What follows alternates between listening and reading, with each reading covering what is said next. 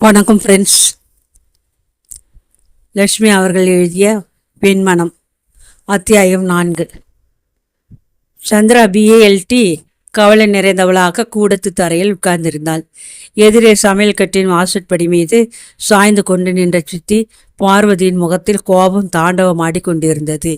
சரி, முடிவாக உன் தீர்மானத்தை தான் சொல்லிவிடேன் என்ற ஆத்திரத்துடன் கேட்டாள் பார்வதி. சொல்றதுக்கு இனி ஒன்றுமில்லை. இந்த வரன் என் மனசுக்கே பிடிக்கவில்லை. அதனால் வீணாக ஏன் அவர்கள் வந்து அலைய வேண்டும்? பிறகு பொல்லாப்பு படுறதை இப்போதே வேண்டாமென்று விட்டால் தீர்ந்தது, அவ்வளவுதானே என்று பிடிவாதமாக பதில் அளித்தாள் சந்திரா. நல்ல பொண்ணுடி நீ, நல்ல பொண்ணு. குடுகுடுன்னு அங்கிருந்து வந்தாலாம். இந்த ஊர் பள்ளிக்கூடத்திலே வேலைக்காலின்னு கேள்விப்பட்டாலாம். அதை போய் ஒப்புக்கொண்டாலாம். வேடிக்கைதான். அந்த வரன் வீட்டிலிருந்து மனுஷர்கள் நாளைக்கு உன்னை வந்து பார்க்கணுங்கிறாங்களே. வர சொல்கிறதானான்னு உன்னை உங்கள் அப்பா கேட்க சொன்னார். அதுக்கு தான் ஒரு நாழியாக கேட்கிறேன். பிடி கொடுத்து பதில் சொல்ல மாட்டேங்கிறியே என்று சீறினாள் பார்வதி. நீங்கள் சொல்கிற வர்ணனையை கேட்டாலே எனக்கு வாந்தி வருகிறது. வேண்டாம், நான் அவர்களுக்கு என் தரிசனத்தை தர தயாரா இல்லை என்று பதிலுக்கு சீறினாள் சந்திரா. ரொம்ப அழகுதான் போ. இவ்வளோ சாமர்த்தியமாக பேச கத்துண்டியே. ஆமாம், உனக்கு ஒரு வழி பண்ணாட்டா அப்புறம் கமலிக்கு எப்படி கல்யாணம் பண்ணுறது? அதை சொல். நீ இப்படி இருப்பது உன் பின்னால் இருப்பவர்களேனா பாதிக்கிறது என்ற ஆத்திரத்துடன் கேட்டாள் சித்தி. குஷாலாய் அவளுக்கு பண்ணி கொள்ளுங்கள்.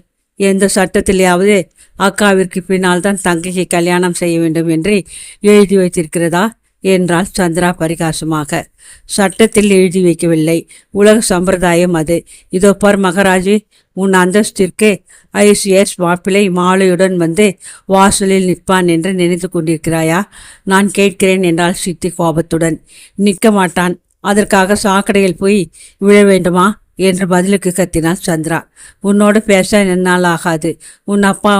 உங்கள் அப்பாவிடம் சொல்லிக்கோ என்று இறைந்தாள் முடிவில் பார்வதி. அப்பா சொன்னால் என்ன, யார் சொன்னால் என்ன? தற்போது நீங்கள் சொல்லும் வரன் எனக்கு பிடிக்கவே இல்லை. எங்கேயோ டெல்லியில் வேலை பார்க்கிறானாம். வயது 45 தான் ஆகிறதாம்.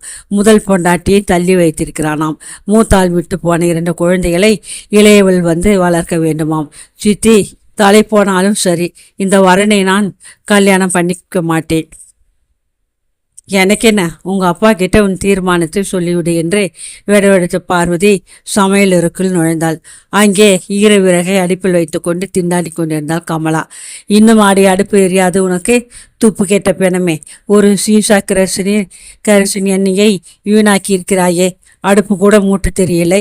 புதிராட்டம் ஐசாட்சி. என் தலையெழுத்து. ஒரு வாயாடி பெண்ணையும் தொடை நடிகை புருஷனையும் கட்டின்று கஷ்டப்பட வேண்டும். போ சனீஸ்வரனே, புழக்கடை பக்கம் போய் ஒரு பிடி ஓலை கொண்டு வா என்று கடுகெடுத்தாள். ஆமாம், ஈர விறகை வாங்கி போட்டு கண்டுதான் அவிக்கிறது. எப்போவும் இந்த அம்மா இப்படித்தான் என்று முணுமுணுத்து கொண்டே பின்பக்கம் சென்றாள் பார்வதியின் பெண் கமலா. கூடத்திலே உட்கார்ந்திருந்த சந்திராவின் உள்ளம் அல்லல் பட்டிருந்தது. இன்னும் 2 நாளில் சிநேகிதி அம்புஜத்திற்கு கல்யாணம். ஊரே தீவிலாகப்படுகிறது. சித்தியின் உத்தரவின்றி கல்யாணத்திற்கு போக முடியாது. இப்போதிருக்கும் மனநிலையில் சித்தி உத்தரவு தரமாட்டாள். கல்யாணத்திற்கு போகாவிட்டாலோ அம்புஜம் வருத்தப்படுவாள். ஒரே ஊரில் இருந்து கொண்டு தன் கல்யாணத்திற்கு வருவதில்லை என்று கோபித்துக் கொள்வாள். இப்படி பலவாறு யோசித்து கொண்டு உட்கார்ந்திருந்த அவள் மனதில் பழைய சம்பவங்கள் எழுந்தன. ஆமாம், 14 வயதிலிருந்தே இதே பேச்சுதான். வீட்டில் வரன் வந்திருக்கிறது, பார்க்க வேண்டும் என்ற ஆர்ப்பாட்டம் ஏற்படும். சித்தி விழுந்தெடுத்து கொண்டு டிஃபன் எல்லாம் தயார் செய்வாள். சந்திரா அந்த பயங்கரமான நிமிஷத்தை எதிர்பார்த்து கொண்டு படப்படத்த நெஞ்சுடன் பொம்மை போன்று அலங்கரித்து கொண்டு நிற்பாள். நமஸ்காரம் பண்ணம்மா என்று தந்தையின் குரல் கேட்கும். யாருக்கு என்று நினைவில்லாமல் சந்திரா எதிரே உட்கார்ந்திருப்பவர்களின் பாதங்களில் விழுந்து எழுந்திருப்பாள். பிறகு உள்ளே சமையல் கட்டின் புகையின் நடுவே கதவிடுக்கில் பல மணி நேரம் தபசு செய்வாள். அப்பாவுடன் அவர்கள் பேசுவார்கள். வெகு நேரம் மாப்பிள்ளை என்று உட்கார்ந்திருப்பவனை கண்டு சந்திராவின் உள்ளம் திடுக்கிடும். கல்யாணம் நடக்கக்கூடாது சுவாமி என்ற மனதில் பிரார்த்திப்பாள் அவள். எப்படியோ ஜாதகத்தின் மீது குறை சொல்லியோ அல்லது வேறு வரதட்சணை விஷயமாகவோ கல்யாணம் தடைப்பட்டு விடும். சந்திராவின் மனம் அப்பா என்று விசிராந்தி அடையும். சந்திரா பெரியவளாகி கொண்டு வந்தாள். அவளுடன் தைரியமும் வளர்ந்து கொண்டே வந்தது. பழைய நாட்களைப் போல மனதிற்கு இஷ்டமில்லாத வரனை கண்டு நடங்கி கடவுளை பிரார்த்திப்பதில்லை. அதற்கு பதில் எனக்கு இந்த வரன் பிடிக்கவில்லை என்ற அழுத்தம் திருத்தமாக பதிலளிக்கும் துணிச்சல் அவளுக்கு ஏற்பட்டது. பெற்றோர்கள் கல்யாண முஸ்தீபிகள் செய்து கொண்டிருக்கையில் சந்திரா படிக்க ஆரம்பித்தாள். சித்தியின் கையிலிருந்து ஒரு பைசா கூட எதிர்பார்க்காமல் அவள் மேற்படிப்பு முழுவதையும் உபகார சம்பளங்களின் மூலமே முடித்து கொண்டாள். இப்போது 80 ரூபாயில் உத்தியோகமும் பார்க்கிறாள். இப்படியே பலவிதம் யோசித்துக் கொண்டு உட்கார்ந்திருந்த அவள் முன்னால் வேர்க்க விறுவிறுக்க தம்பி வேணுகோபால் வந்து நின்றான். சந்திரா, ஒரு சந்தோஷ சமாச்சாரம் சொல்ல வந்தேன். எனக்கு வேலை கிடைத்து விட்டது. சரபோஜி கெமிக்கல் ஒர்க்ஸின் எண்ணெயும் 35 ரூபாய் சம்பளத்தில் குமாஸ்தா வேலையில் எடுத்துக்கொண்டு விட்டார்கள். நாகராஜ் ஐயர் மிகவும் நல்லவர். என்னிடம் பிரியமாக பேசினார். நாளையிலிருந்தே வேலையை ஒப்புக்கொள்ளப் போகிறேன் என்றே மூச்சு திணற கூறினான். ரொம்ப சந்தோஷம், போ சித்திக்கிட்ட சொல்லு என்று சந்திரா மெல்லிய குரலில் சொன்னாள். பதிலுக்கு வேணுகோபால், சித்திக்கிட்டே ஏன் சொல்ல வேண்டும்? விருந்தடியன் சாப்பிட்டு விட்டு வேலையற்று திரிகிறான் என்றே என்னை கரித்து கொண்டிருக்கிறாள். ஜுரத்தில் அடிப்பட்டு கிடந்த என்னால் உடனே வேலை செய்ய முடியுமா? 6 மாதமா நீயும் அருகில் இல்லை. சித்தியிடம் நான் பட்ட துன்பத்தை அதெல்லாம் பெரிய கதை என்று கூறியவன் பார்வதி சமையல் அறையிலிருந்து வெளிப்படுவதைக் கண்டு, சித்தி, எனக்கு வேலை கிடைத்து விட்டது என்றான் பெருமையுடன். அக்காவுக்கும் தம்பிக்கும் உத்தியோகம் கிடைத்து விட்டது. இனி நம் வீட்டில் அஷ்ட ஐஸ்வர்யன் தான் போ என்று எகத்தாளமாக பதிலளித்த பார்வதி மிடுக்காக குடத்தை இடுப்பில் வைத்துக்கொண்டு புழக்கடை பக்கம் சென்றாள். அது சமயம் உள்ளே வந்த கல்யாண ராமையர் அங்கவஸ்திரத்தை கழற்றி ஆணியில் மாட்டிவிட்டு தொண்டையை சற்று கனைத்து கொண்டு, எங்கே சந்திரா உங்க அம்மா என்று கேட்டார். புழக்கடையில் இருக்கிறாள் என்று சந்திரா ஒரே வார்த்தையில் பதிலளித்து விட்டு பேசாமல் இருந்தாள். எங்கே போய்விட்டேன், உங்களையெல்லாம் தவிக்க விட்டுட்டு என்று கடுகடுப்பாக பதிலளித்து கொண்டே வந்த பார்வதி குடத்தை ஆத்திரத்துடன் டக்கென்று கீழே வைத்தாள். தொண்டையை மறுபடியும் கனைத்து கொண்டே கல்யாணராமையர் கூடத்து நாட்காலில் உட்கார்ந்து கொண்டு, சந்திரா என்ன சொல்றா? நாளைக்கு அவள் எல்லாம் வரலாமான்னு கேட்டு சொல்றேன் என்றேன் என்று மெதுவாக கேட்டார். உங்கள் பெண்ணிற்கு வரன் பிடிக்கவில்லையாம் என்ற பார்வதி அங்கிருக்க இஷ்டமில்லாதவள் போல் உள்ளே சென்று விட்டாள். என்ன, அப்படியா என்று கேட்ட கல்யாணராமையர் திகைத்து போய்விட்டார். என்னை பார்க்க வரலாம் என்று அவர்களிடம் சொல்லிவிட்டு வீட்டுக்கு வந்தவர் சந்திராவின் பதில் இவ்வளவு கடுமையாக இருக்கும் என்று எதிர்பார்க்கவில்லை. ஆகவே என்ன சந்திரா அப்படி சொல்கிறாய்? வந்து பார்த்து விட்டு போவதில் உனக்கு என்ன என்றார் ஏமாற்றத்துடன். சந்திராவுக்கு அப்பாவிடம் அபாரமான மதிப்பும் மரியாதையும் உண்டு. கொஞ்சம் அவரிடம் பயம் கூட உண்டு என சொல்லலாம். இருந்த போதிலும் நன்றாக தைரியத்தை வரவழைத்து கொண்டு, இல்லை அப்பா, வரன் விட்டவர்கள் அனாவசியமாக என்னை வந்து பார்ப்பதை நான் விரும்பவில்லை. என்னை கட்டாயப்படுத்த வேண்டாம் என்று கூறிவிட்டு பள்ளிக்கூடத்திற்கு போக வேண்டியதற்கு ஆயத்தம் செய்ய கிளம்பினாள். சந்திரா, வந்தேன பார் என்று ஒரு அதட்டல் போட்டு அவளது தளிர் மேனியை நடுங்க வைக்கும் ஆதிக்கம் கொண்டிருந்த தந்தை அவர் அது சமயம் மௌனமாகவே இருந்து விட்டார். அத்தியாயம் 5. வசந்த நிலையம் என்ற அந்த கடைசி பங்களாவின் வாசுப்புறத்தில் பதிக்கப்பட்டிருந்த நாகராஜ ஐயர் என்ற பித்தளை தகட்டில் சூரிய வெளிச்சப்பட்டு பொன் போல் மின்னும் வரையில் அழுத்தி துடைத்து கொண்டிருந்தான் தோட்டக்கார பெரியசாமி. அம்மா அரைநாழியா உன்னை கூப்பிடுறாங்க, அது காதிலே வாங்காம ஒரே முட்டா கையில் ரத்தம் வராப்பில் இதை தொடச்சிக்கிட்டு இருக்கியே என்று அதட்டிய மனைவி ராமக்காவின் குரல் அவன் வேலையை நிறுத்தியது. ஏனாத்துக்கு அதுக்குள்ளே கூப்பிடுறாங்களாம், இந்த வேலையை எவன் செய்வானாம் என்று எரிந்து விழுந்தான் மனைவி மீது அவன். பிறகு அழுது போயிருந்த தன் முண்டாசு இறுக்கி கட்டி கொண்டு கையில் இருந்த துணியை வெறுப்புடன் வீசி எறிந்து விட்டு, இந்த வீட்டில் வேலை செய்வதை காட்டிலும் எங்கேயாவது பிச்சை எடுத்து பொழைக்கலாம் என்று முனகி கொண்டே தன் மீசையை தடவி கொண்டான். வேலையாட்களின் சிரமம் தெரியாது புண்பட்ட குதிரையை சவுக்கினால் அடித்து ஓட செய்ய முயற்சிப்பது போன்று மேலும் மேலும் கிட்டி போட்டு வேலை வாங்கும் இயல்பு கொண்டவர்கள் நாகராஜையர் குடும்பத்தினரில் பலர். முணுமுணுத்து கொண்டே சென்ற பெரியசாமியின் மனக்கண் முன் அந்த பங்களாவின் ஒவ்வொரு ஆத்மாவும் வந்து நின்றனர். பெரியய்யா, அவர்தான் நாகராஜையர். சரிகை தலைப்பாவும் முழங்கால் வரை தூங்கும் கருப்பு கோட்டும் அதன் மேல் பட்டை சரிகை அங்கவஸ்திரமுமாக காட்சியளிப்பவர். துர்வாச முனியின் கோணம் படைத்த ஆசாமி. எதிர்கெடுத்தாலும் மூக்கின் மேல் கோபம்.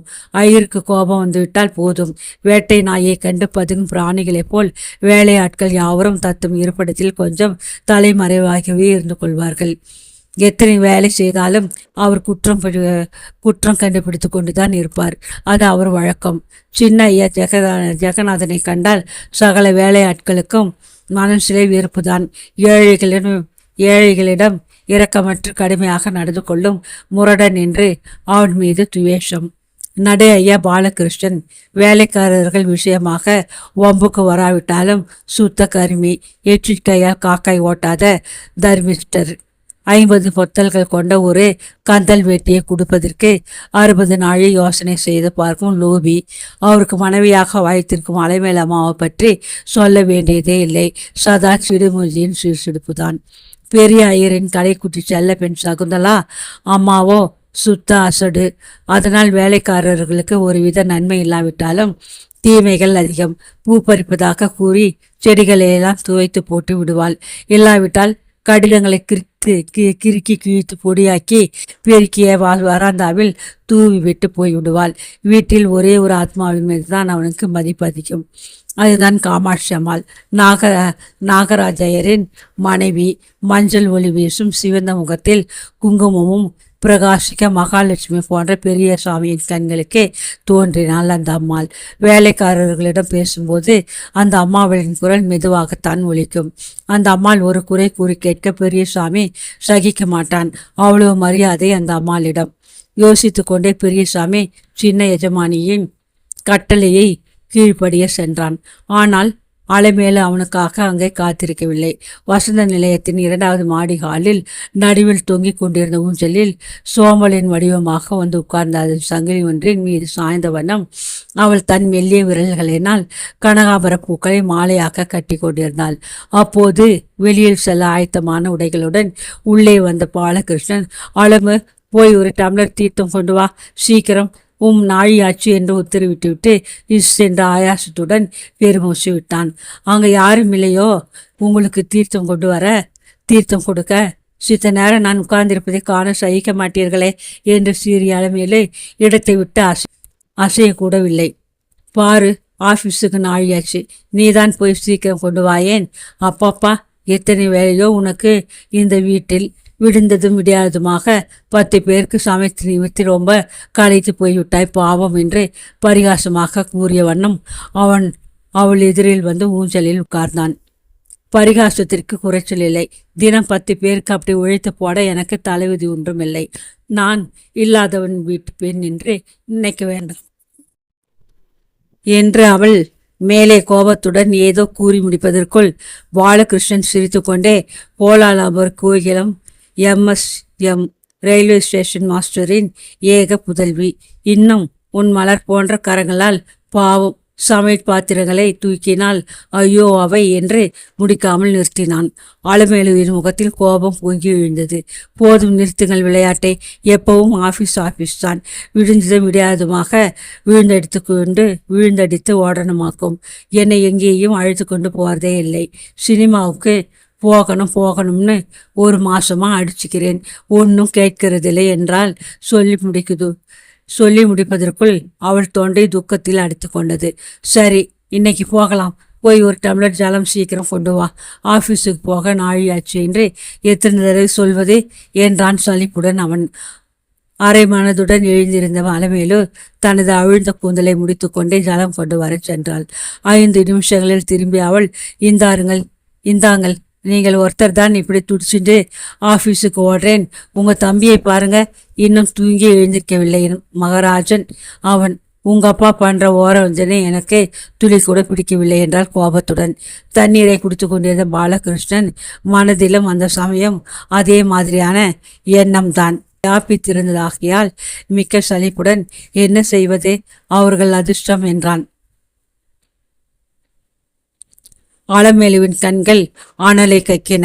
அதிர்ஷ்டம், நீங்களா பண்ணி கொள்வது. முக்கால்வாசி எல்லாம் உங்கள் தம்பி தசு புஸ்ன்னு சில்கு சுட்டும் ஹாட்டுமா கிளம்புறான். நீங்கள் என்னடானா குசேலரை போல கூட்டுகளில் பொத்தலுக்கு 50 ஒட்டு போட்டாவது போட்டுக்கொண்டு ஓடுறேன்.